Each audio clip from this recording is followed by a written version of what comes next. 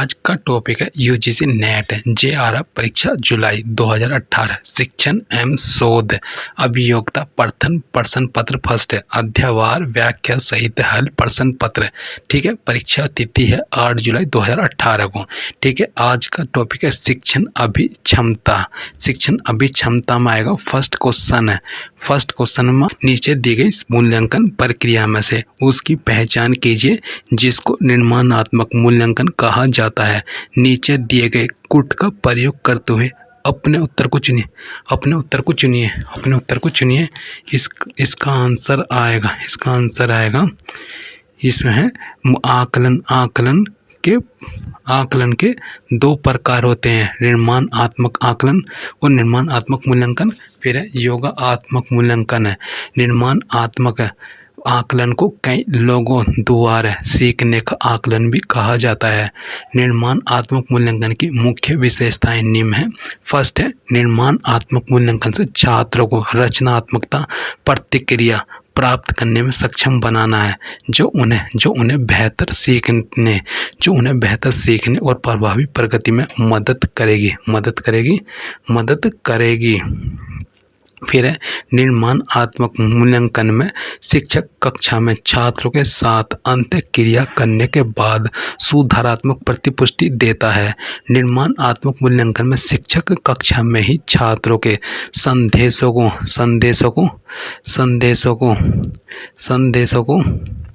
निर्माणात्मक मूल्यांकन में शिक्षक कक्षा में ही छात्रों के संदेह को स्पष्ट करता है। शिक्षक प्रश्न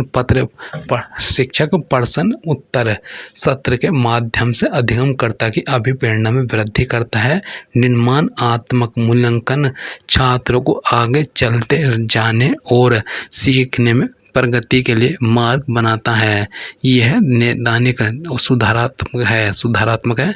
यह प्रभावी प्रतिक्रिया के लिए प्रावधान है। यह छात्र को स्वयं सीखने में उनकी सक्रिय भागीदारी के लिए मंच प्रदान करता है। फिर सेकंड में आएगा नीचे दिए गए दो समुच्चयों में समुच्चय फर्स्ट में शिक्षण विधियां इंगित की गई हैं, जबकि समुच्चय सेकंड में सफलता प्रभाव उत्पादकता की मूल अपेक्षा दी गई हैं। इन दोनों समुच्चयों को सम्मिलित कीजिए और नीचे दिए गए कूट में से सही उत्तर को चुनिए। समुच्चय फर्स्ट समुच्चय सेकंड है। इसका आंसर आएगा इसमें है ये रहा शिक्षण विधि और फिर है शिक्षण विधि सफलता प्रभाव उत्पादकता की मूल आवश्यकताएं व्याख्यान देना है। स्पष्ट भाषा में विषय वस्तु का संप्रेषण, समूह में चर्चा, प्रतिभागियों में प्रकरण आधारित भागीदारी, विचार वेश प्रक्रिया, बड़ी संख्या में विचारों को प्रस्तुत करना। फिर है अभिकर्मित अनुदेशन की पद्धति, अभिकर्मित अनुदेशन प्रतिपुष्टि सहित लघु पदों में प्रस्तुति की पद्धति है। फिर थर्ड क्वेश्चन में इसमें निम्नलिखित में से कौन सा कथन समुच्चय शिक्षण की प्रकृति और उद्देश्य का उत्तम ढंग से विवरण प्रस्तुत करता है। नीचे दिए गए कूट में से अपने उत्तर को चुनिए। इसमें आ जाएगा व्याख्या सहित आंसर आएगा 3 का है। इसमें डी में आएगा निम्न कथन समुच्चय शिक्षण की प्रकृति और उद्देश्य का है। शिक्षण की प्रकृति और उद्देश्य का उत्तम ढंग से विवरण प्रस्तुत करता है। फर्स्ट है शिक्षण और अधिगम अविच्छिन्न रूप से संबंधित है। समस्त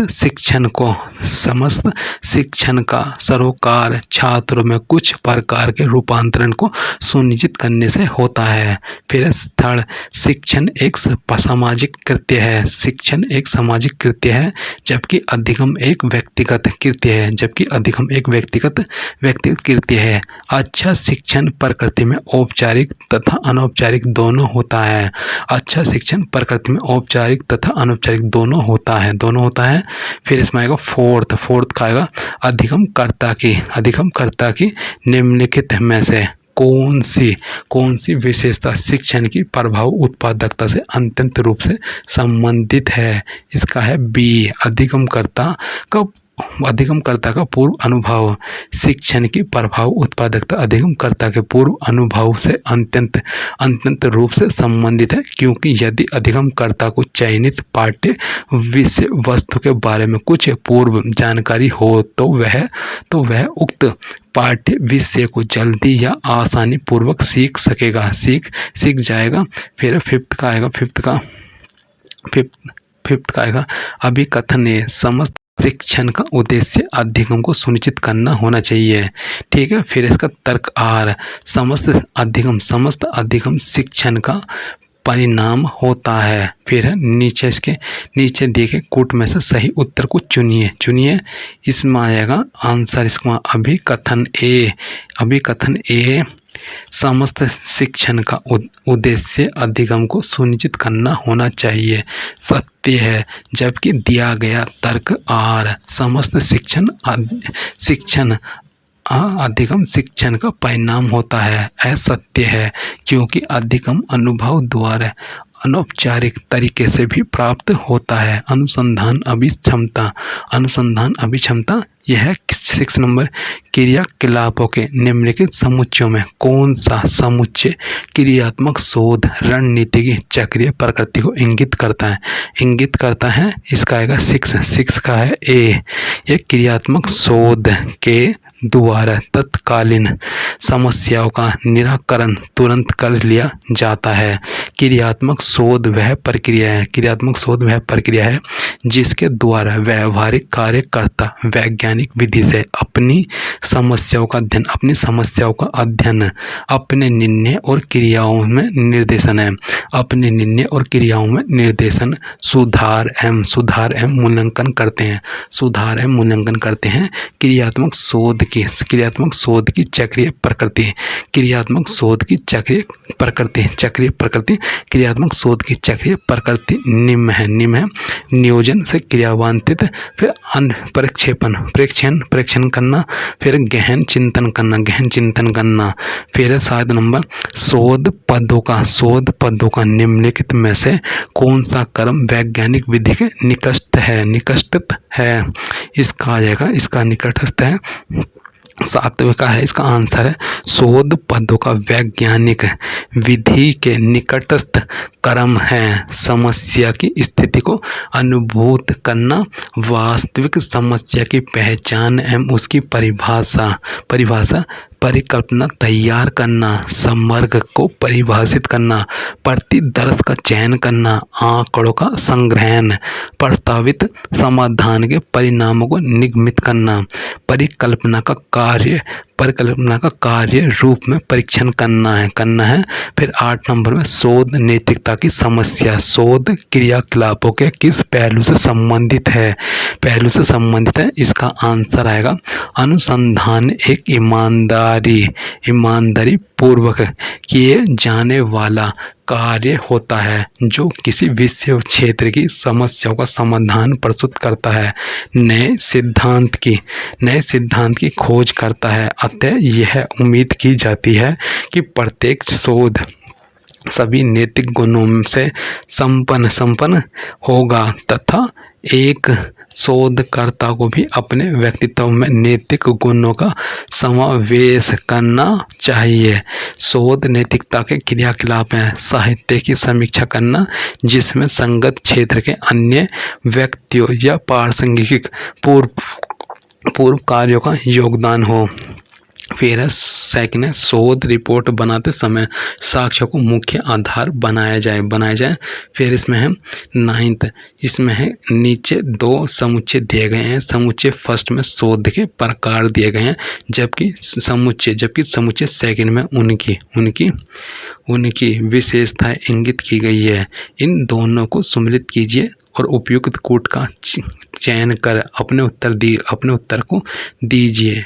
इसका आ जाएगा आंसर। इसका आंसर है आंसर शोध के प्रकार विशेषताएं। फर्स्ट है मौलिक शोध सिद्धांत निर्माण के माध्यम से प्रभाव उत्पादक व्याख्या का विकास। यह वैवहत शोध विभिन्न स्थितियों में उपयोग के लिए सिद्धांत की प्रयोज्यता की खोजबीन करना। फिर क्रियात्मक शोध, इसमें हस्तक्षेप के उपयोग के माध्यम से प्रभाव उत्पादक व्याख्या का विकास करना है। फिर मूल्यांकन परक शोध, हस्तक्षेप के अनुभूत प्रभाव का पता लगाना। फिर 10th का निम्नलिखित में से किस क्रियाकलाप में सृजनशील और समीक्षात्मक चिंतन के संपोषण की अधिक क्षमता है? इसका है डी, शोध सम्मेलन में भागीदारी।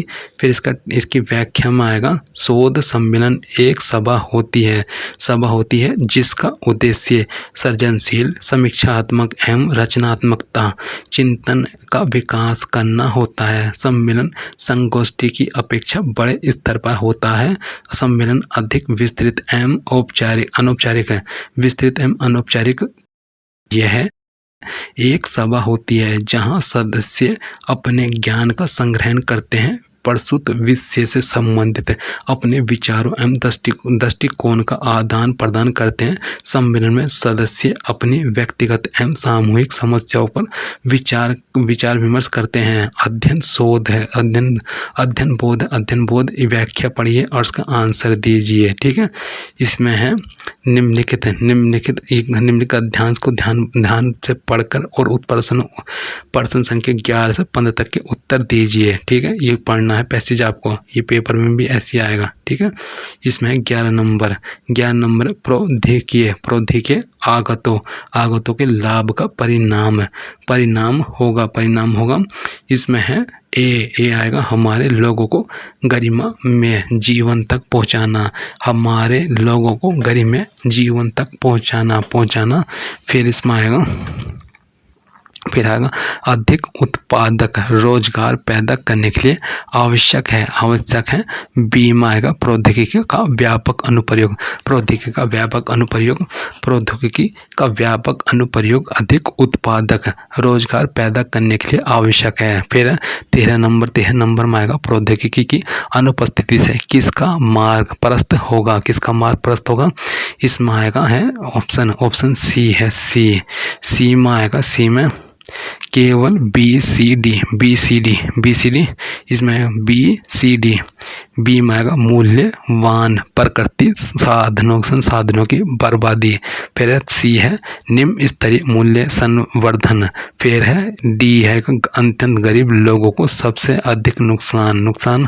फिर आएगा इसमें है 14 का आएगा विकसित भारत की कल्पना को साकार करने के लिए आवश्यक है।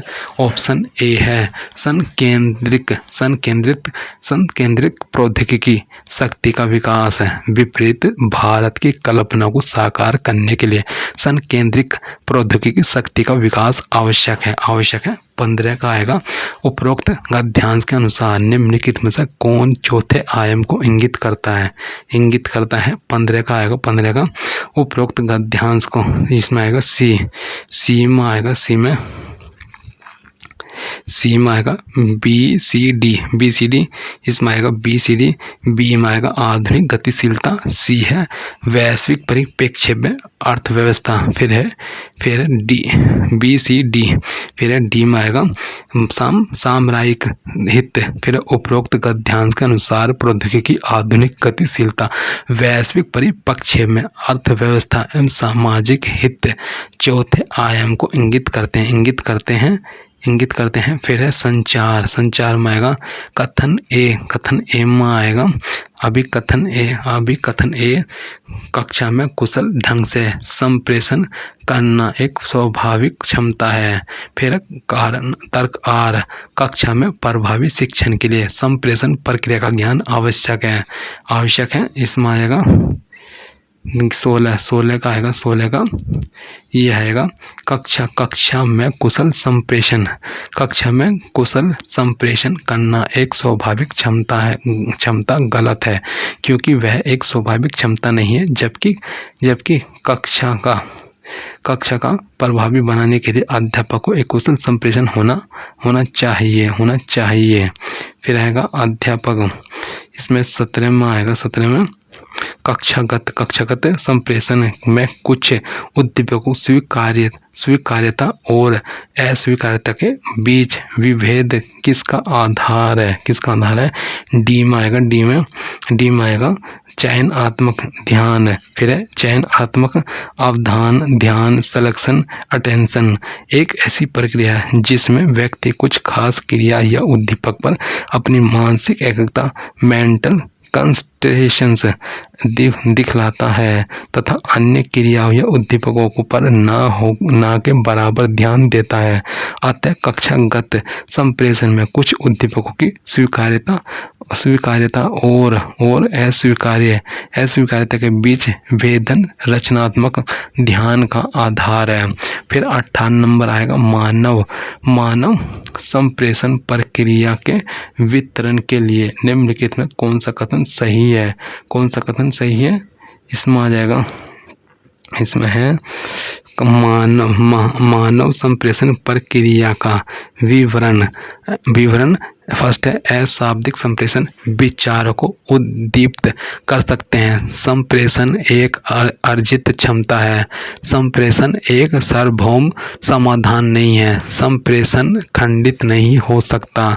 कक्षागत संप्रेषण के माध्यम से सीखे हुए मूल्य छात्रों के लिए उपयोगी होते हैं।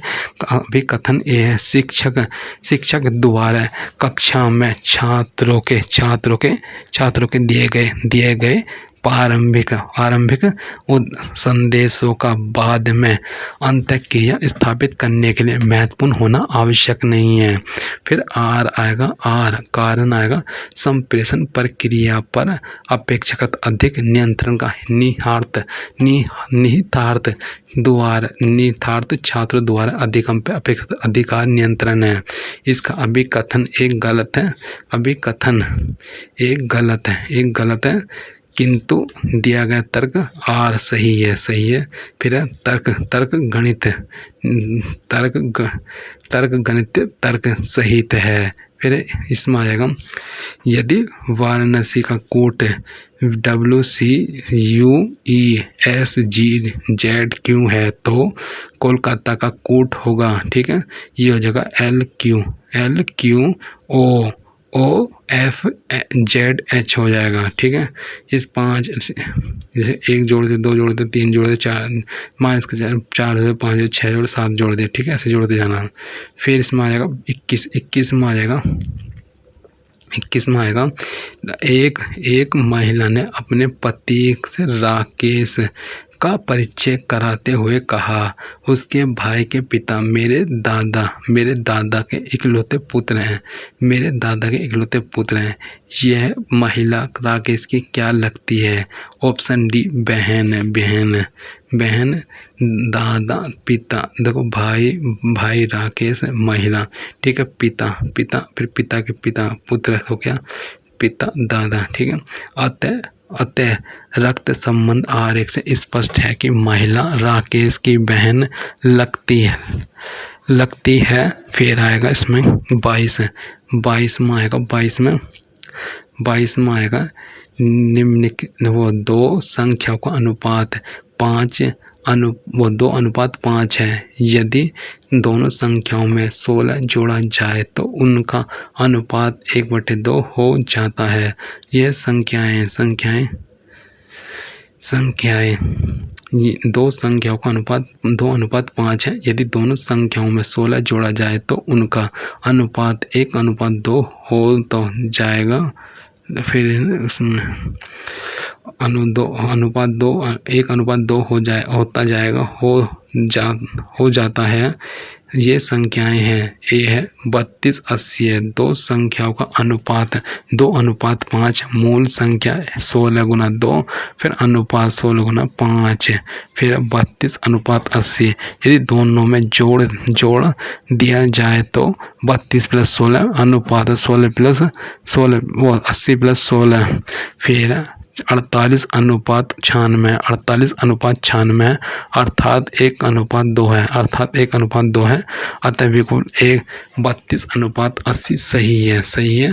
फिर 23 में आएगा। 23 में श्रृंखला ADDG के HMS MTBSBL डॉट डॉट की अगली संख्या है डी में आएगा, डी में ZKW, ठीक है। डी 24 में आएगा श्रृंखला -1 5 15 29 डॉट डॉट क्वेश्चन मार्क की अगली संख्या है। इसमें आएगा 24 में आएगा, इसका आएगा संख्या श्रृंखला का क्रम निम्नवत होगा। इसकी 47।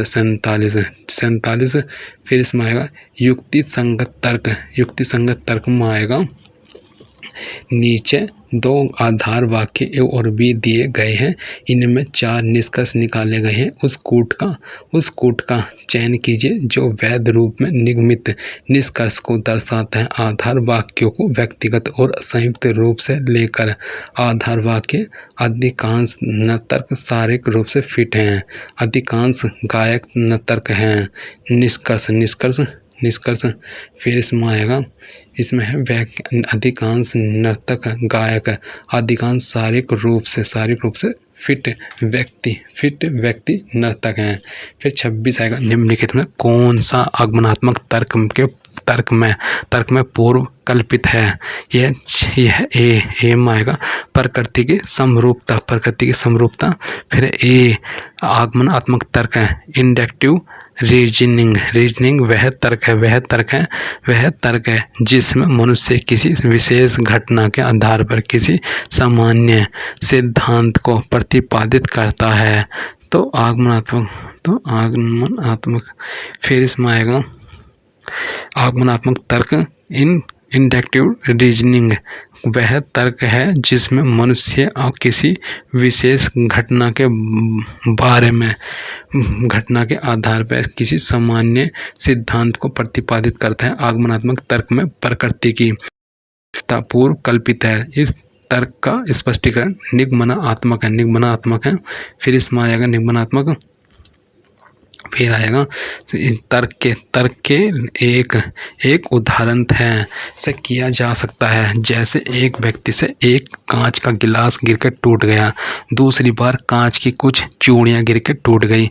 इन सभी घटनाओं के आधार पर व्यक्ति इस निष्कर्ष पर पहुंचा कि कांच के पात्र गिरने पर टूट जाते हैं, ठीक है। इसका है 27 प्रज्ञा किसी चेष्टा किसी एक विषय के बारे में उसकी एकाग्रता शक्ति पर उसी प्रकार निर्भर करती है जिस प्रकार कौन वेग दर्पण उस पर पड़ने वाले सभी किरणों को एक बिंदु पर संग्रहित करता है। उपरोक्त कथन में किस प्रकार का तर्क निहित है। इसका आ जाएगा डी में आएगा सादृश्यात्मक तर्क में व्यक्ति किसी भी उपमा के आधार पर तर्क वितर्क करते हुए निष्कर्ष निकालता है, जैसे प्रज्ञा की चेष्टा किसी एक विषय के बारे में उसकी एकाग्रता शक्ति पर उसी प्रकार निर्भर करती है जिस प्रकार कौन वेग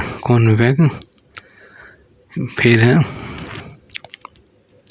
सादृश्य तर्क में व्यक्ति किसी भी उपमा के आधार पर तर्क वितर्क करते हुए निष्कर्ष निकालता है, जैसे प्रज्ञा की चेष्टा किसी एक विषय के बारे में उसकी एकाग्रता शक्ति पर उसी प्रकार निर्भर करती है जिस प्रकार कॉन्वेक्स दर्पण उस पर पड़ने वाले सभी किरणों को एक बिंदु पर संग्रहित करता है।